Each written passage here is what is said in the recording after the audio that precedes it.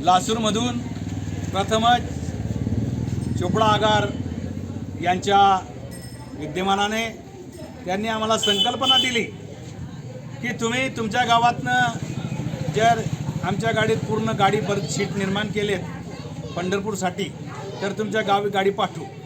लोक यासाठी जात नाही तर आम्ही नेहमी पंढरपूरची महिन्याची वारी करतो, पण ठोकरं खाऊन आम्ही लंबे लागून जातो, जागा मिळत नाही, गाड्या भरलेल्या असतात, लोक घाबरतात। परंतु हे आमचे दैव चांगलं की चोपडा आगारचे आमचे गावातले सुपुत्र अनिल दादा आणि देवगावचे आमचे ड्रायव्हर साहेब विशाल दादा यांनी सांगितलं, आम्हाला संकल्पना दिली अनिल दादाने की तुमच्या आपल्या गावातनं सीट तयार करा, आणि एवढ्या गाडीभर सीट आमचे तयार झाले आणि लोकांना सुलभ प्रवास म्हणजे कसल्याही प्रकारचे त्रास नाही, गावातून आता घेऊन जाणार आहेत।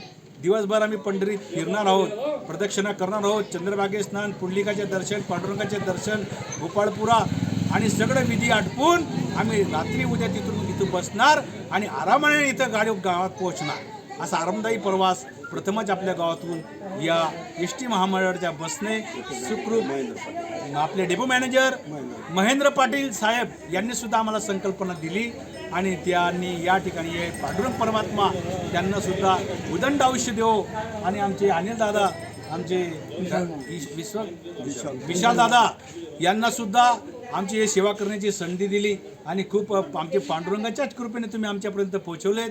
वसनप्पा यांना नेहमी सांगत होते की तुम्ही तयार करा, आप्पांनीही मनावर घेतलं, वसनप्पांनी मनावर घेतलं, वासुभाऊने मनावर घेतलं आणि आम्ही तर पंढरीची वारकरी आहोतच, महिन्याची वारकरी, पण आपण जात असताना जे जे आपण अशी ठ्यावे इतराशी द्यावे, सकळी सुख शाने करावे जग, सगळ्यांना ते आधी मिळायला पाहिजे पांडुरंगाचे दर्शन, या उद्देशाने या वर्षी आम्ही लासूर ते पंढरपूर या एसटीच्या माध्यमातून सुखरूप प्रवास आपल्या चोपडा आगार प्रमुख आणि आमचे दोघे बंधू यांच्या माध्यमातून करणार आहोत। रामकृष्ण। इथून चोपडावर लासूरवरून चोपडा जाणार आहे, चोपडावरून अंबनेर, धुळे, मालेगाव, मनमाड, येवला, कोपरगाव, शिर्डी नगर, तिथून करमाळा, टेंभुर्णी, पंढरपूर आणि उद्या संध्याकाळी बस तिथून परत वापसीला निघणार आहे। आषाढी एकादशी निमित्त आम्ही दर शुद्ध एकादशीला आम्ही पंढरपूर जात असतो, परंतु आता हे आषाढी एकादशी येईल तेव्हा धांदल होईल बुवा, त्यामुळे एस टी बसवाल्यांना आम्ही नम्र विनंती केली,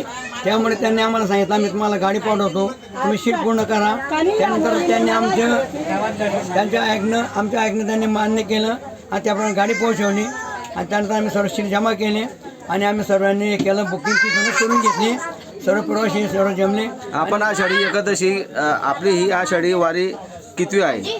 ही आमची आषाढी वारी 5वी आहे आमची।